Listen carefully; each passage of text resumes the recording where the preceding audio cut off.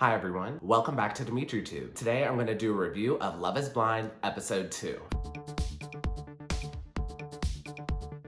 Sorry if I look a little rough, guys. This is like day 17 of social distancing and my barber has been closed for like 2 weeks. Since we're gonna be stuck in quarantine for like 30 more days, I've decided to use that time to try to grow a beard. Since I've decided to go through a beard, apparently it's gonna go through a lot of phases and at times it may look really rough. If you're interested in my beard growth and my beard process, please make sure to subscribe to my channel because next month I'm gonna post a video on my beard journey. My product comes in tomorrow, y'all, so wish me luck. Now, I am super excited to review Love is Blind Episode 2 with you guys, so let's just dive right in. Honestly, our journey is just beginning. Obviously, we have our emotional connection, and now we're going. So the episode starts with Cameron and Lauren. Cameron has just proposed, so now they get to meet for the first time. They're both behind these like 2 sliding doors, and anticipation is building for them to meet one another. I think it's so interesting that Cameron is like, oh my God, we're gonna meet. I hope physically we're a match. And he says, I don't want to let her expectations down. That is Cameron, this just shows how sweet Cameron is because I feel like the average guy would just be like, I hope she's hot. Like he put it on himself. He's like, I hope I don't let her expectations down. Also, I really like Lauren's dress here. It's so cute. Hair is laid. She got the titties out. I'm like, okay, girl. I'm probably gonna let you go. Oh my God. Oh my God, this is so awesome. Cameron meets her. They both seem so excited to see one another. And not only that, but Cameron is like reassuring her. He's like, I'm excited to see you. I want to hold you forever. I can't wait to marry you. This kind of reassurance is definitely what Lauren needs right now. I feel like this environment has allowed me to date outside my race without even knowing. Lauren, did you really not know that he was white? He said he was from Maine. Have you really heard of any Black people from the state of Maine? And if you're watching this and you're Black and you're from the state of Maine, please post below in the comments. I have questions. Y'all, Lauren looks so good. Did you peep the shoes when Cameron was proposing? And like her makeup looks good. I love the eyeshadow. She is 100% getting a brand deal once this show is over. 2 things here. 1, Lauren keeps bringing up the fact that he's white. So it makes me feel like that may in fact be an issue for her. I guess we'll just have to wait and see. And 2, and 2, Netflix is very forward, very liberal, very progressive media, and it seems like they're creating this storyline of it shouldn't matter what your race is love. Have you guys tried to imagine the faces of the people you're talking to? Yeah, of course. I can't. Amber asked 2 other girls if they can like imagine their faces, and Giannina, I think that's how you say her name. Giannina explains that when she's on dates with Damien explains how he's 5'4", and Giannina says, I don't care, I'm obsessed with you. That is so awesome because I too have love for the shorties. So on this first date, we see Giannina and Damien. Giannina is so adorable and I love her hair. She has really pretty hair. Damien is really hot. I'm actually trying to grow some scruff just like his. So this date is cute, but I'm really not seeing too much of a connection here, let alone I don't really see them getting married in 5 or 6 days. Also, I kind of want to know where Damien is from. He definitely has a southern accent and talks a little slower. Not that that's a bad thing, but it makes me kind of curious where he's from. So Giannina says she's obsessed with Damien, but at the moment, I'm really not seeing it. Maybe it's just because of the footage Netflix decided to show. So the next date we're seeing is Diamond and Carlton. Carlton is confessing his love for Diamond. He's like, I love her. I want to be with her. She's definitely the one. And I'm pretty sure he's going to propose to her. I can't waste any more time. Diamond?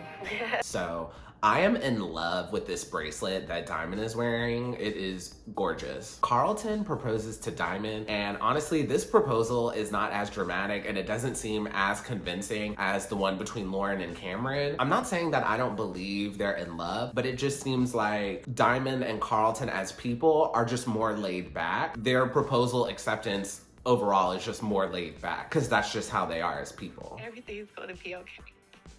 Carlton is the man I've been praying for. Oh my God, I love this. Diamond just said Carlton is the man that she has been praying for, and then Carlton reassures her. Carlton says, don't cry, I got you forever. I'm never going to break your heart. I love that. That is That is so adorable. It is really hard for me to believe that Netflix does not tip them off because Diamond dresses to impress pretty much all the time, but right now she looks a little more elegant than normal. So it really does make me feel like Netflix kind of tips them off like, oh, you may want to dress to impress today, you know, something like that. Not exactly tell them there's a proposal, but just give them some kind of hint. So I don't know if I'm noticing beards more because I've decided to grow one, but Carlton's beard is like straight up shimmering. Like his beard is oil sheen to the gods. Carlton has just proposed to Diamond. He's having a huge internal conflict because he's not sure if he should admit to Diamond that he's pansexual, bisexual. He decides to wait because he's worried about being rejected, which again, that's real. But honestly, I think he probably should have mentioned it before the proposal. I really think he could have worded it in a way to make it as sensitive as possible. And also, if she's not cool with that and she's gonna leave you before then, like, I think it would be better to know that sooner than to get closer and closer to a marriage. The next date we see is between Kelly and Kenny. I had a couple. There's a book.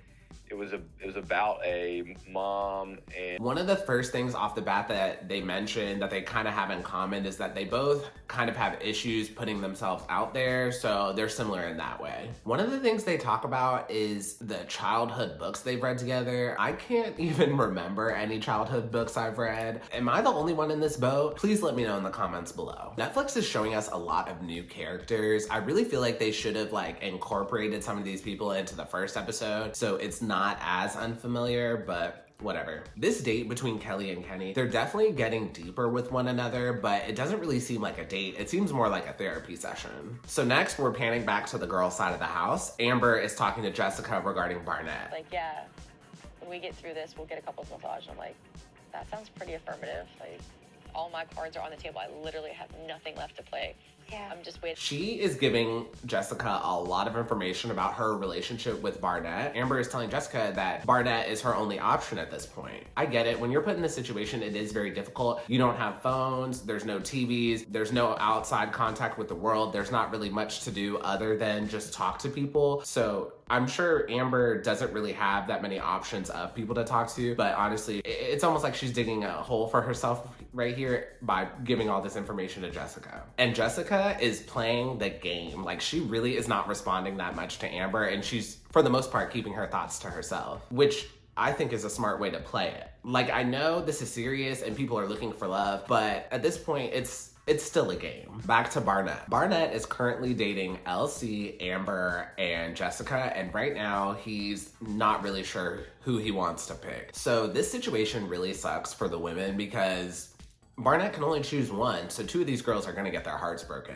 Amber is clearly into him, and right now she's definitely pushing a proposal onto Barnett, and I doubt he likes that. Honestly, most guys don't really like that. I think Barnett just needs to hurry up and make a quick decision, because the longer he dates these women, the more of a relationship he's gonna build with each of them, and I think that will only just cloud his judgment even more and make the decision even harder. So we're panning back to the women's side of the house, and Jessica is talking to Diamond about her relationships with Barnett and Mark. Started to like talk very seriously, Okay. and he started talking like in the context of like being my husband. And I like... So Diamond was so disgusted with Barnett from the jump that she's just shocked that other girls are just so into him, which honestly, love to me is in the eye of the beholder. There's so many people that I just would not give 2 seconds of the day, and I have friends who are like, oh my God, I'm obsessed with them. That's just the way the game goes. Also, I think it's a good idea that Jessica is talking to Diamond about her relationships because Diamond doesn't like Barnett, so she's gonna have a very objective view about the situation. Whereas Amber talked to Jessica about Barnett, which was just dumb. Maybe Amber doesn't know that Jessica's super into Barnett. I don't know. Also, I was wondering if the girls are allowed to propose to the guys. I guess not, because honestly, if I was Amber, I would just flat out just propose to Barnett, like, what's up, what's good? But then again, I feel like most women have that ideal classic proposal in their head where the man proposes to the woman, and they would never break traditional marriage ideas and then reverse the proposal. That still is very rare nowadays. Jessica is really annoying me right now. She keeps going after Barnett even though Mark is like perfect for her. Now we're back to another date between Mark and Jessica. What the fuck? I get it. You want to weigh out all your options and be certain. You were certain when you walked out. Jessica is telling Mark that she's not sure if she can continue with the show. She's thinking about just leaving and walking out. And Mark is just like, WTF. And Mark's upset. Mark is completely committed to Jessica, and now he's being ambushed like this. It seems like Jessica is about to break up with Mark because she wants to continue on with Barnett. So Mark is super upset right now, and Jessica loves when he gets super passionate like this. And on top of that, he just said he loves her. I'm honest with you. Okay. You're 10 years younger than I am. Like, it's crazy. Woo! There we go. Now we have the real reason. She is afraid of that age difference. I don't know why it took her so long to say it. So me personally, 10 years of age, I would give it a chance. Why not? Would you be open to dating someone who's 10 years younger than you? Or even 10 years older than you? Let me know below in the comments. I'm gonna tell you straight up. Like, if I'm not walking out of here with you, then I'll go my separate way and I'll go home. And that's fine. I'm just letting you know where I stand. And that the ball's in your court. Oh, y'all, I feel so bad for Mark. Mark just needs to move on. Like, don't get with Jessica. You deserve better. So Jessica starts crying and she says that she didn't know how difficult this situation would be. She didn't realize that going into this, she would have to hurt someone to find love. Yeah. Today, having conversations, as you said, I'm just like, so you playing me? So you still weighing your options or what's up? Yeah. So I know Carlton is bisexual, pansexual, but that shirt he is wearing is so gay. And like late 80s, early 1990s gay.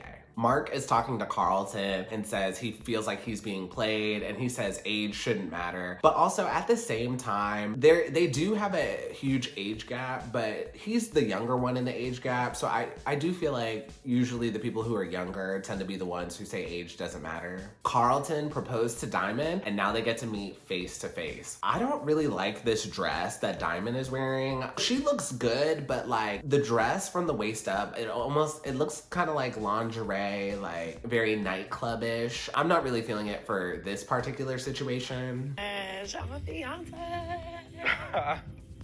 Can you believe it? Look at you. Look at you.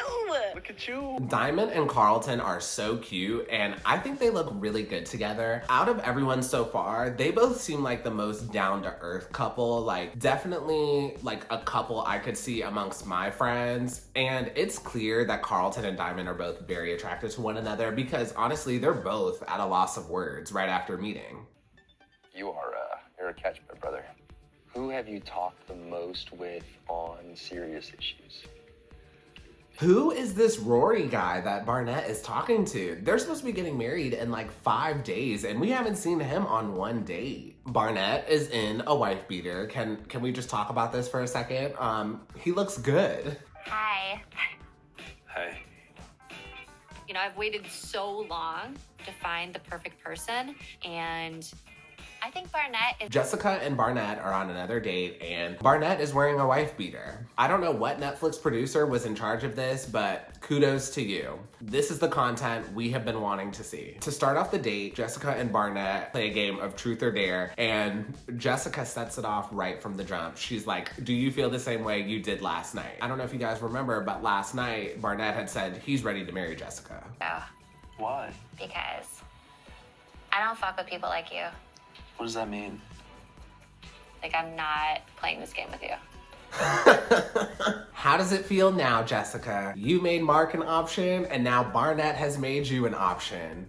Sucks, right? This is getting really intense right now. First, Barnett took a very long pause, and then he responded, I don't know. Jessica was clearly upset, and now she's saying, I have to go. I don't fuck with people like you. And honestly, Jessica is a huge hypocrite because she's doing the exact same thing to Mark, and now that it's being done to her, she's upset. Jessica broke it off with Barnett, and honestly, I'm like, yes! Finally, someone has called out Barnett on his BS. Me personally, I didn't think Barnett was really here for the right reasons, and now Jessica finally sees that he just doesn't know what he wants. Last night, he literally told her that he was ready to propose, and now he's like, I don't even know. It sucks that Jessica had to get hurt in all this, but I mean, it was bound to happen sometime. And I told her last night that I, was like considering proposing to her almost. And like, I feel fucking ridiculous and stupid as shit for saying that shit. Barnett, you made yourself look like a fool. Don't go telling these women you're ready to propose when you in fact do not know what you want. I'm just telling you, he's a fuckboy. I just walked out on him. How did you walk out? How so? What do you mean? He's been telling me. So Jessica just broke up with Barnett, and in her pit of rage, she goes to Amber and says, "Don't let that fuckboy mess with you. He's a fuckboy. I walked out on the date." Like, Jessica is just letting all the feelings out right now. Also, Jessica is so messy, and she's literally playing the game. Like, she really did not have to tell Amber all of this information. Also, I think Jessica may be a little drunk too. Mark and Jessica are on another date. It wasn't me. Now I'm just like, I don't know. Babe, I was so confused.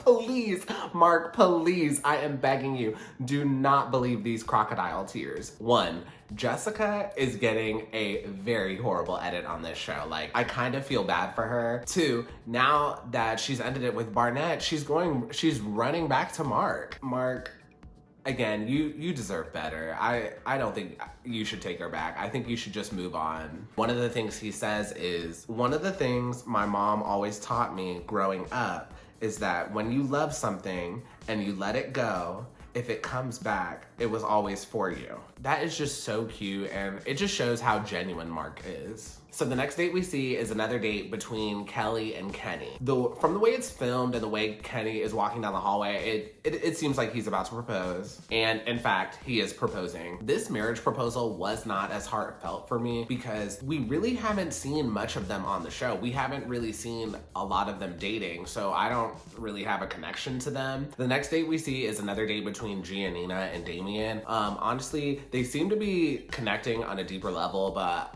honestly, it doesn't seem like much really is happening here on this date. Kenny has proposed to Kelly, and they're about to meet face to face for the first time.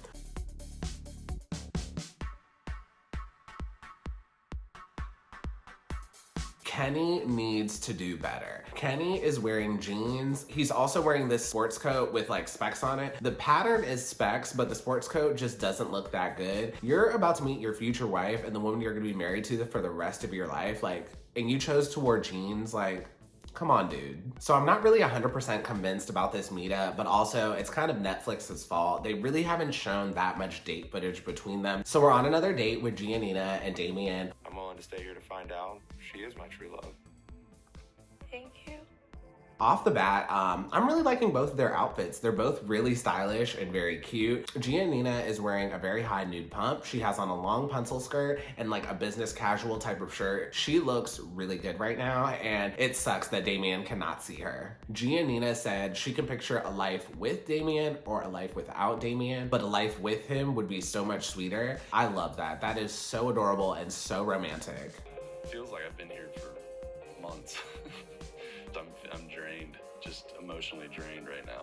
Oh my God, same. The next date is another date between Barnett and Elsie. From the jump, Elsie is stretching on a yoga mat and Barnett has a ukulele out. Aren't they supposed to be getting married in like 2 or 3 days? Like, shouldn't they be taking this a little more seriously? Elsie just seems like a very awesome, very cool girl. She probably deserves better than Barnett, but so even if she doesn't end up with Barnett after this, I think she'll be okay. She'll likely have a lot of people sliding in her DMs after the show is over.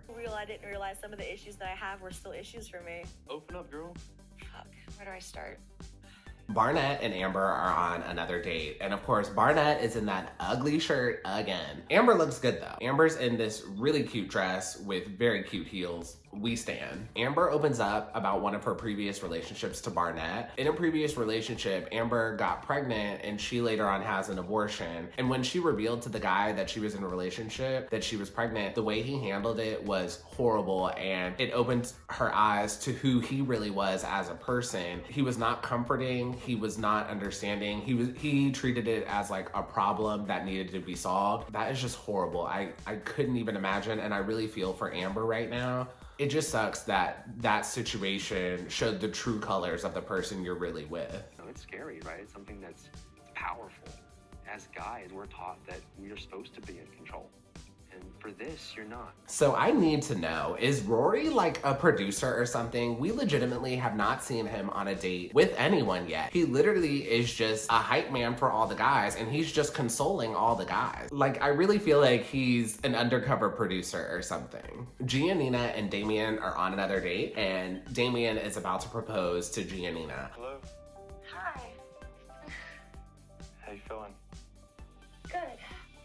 Giannina's dress is so cute. I really like Giannina because she's very much like a girly girl, and I love it. So Damien put together a box of things that meant a lot to him. He sent the box to the other side where Giannina is, and that is so romantic. So Gigi opens the box and it's empty. And Damien says, "Besides my brother and my family, you've now become the most important thing in my life, and I cannot put you in that box." That is so adorable. Like, it's cheesy, but it's so adorable. After that, Damien proposes to Giannina, and we're just left in anticipation, and the episode ends. I wonder what she'll say. Okay, so that was the end of the episode, and that is all I have for you today, guys. If you liked what you saw, please make sure to pound that like button and pound that subscribe button, and I'll see you next time on the Love is Blind episode 3 review.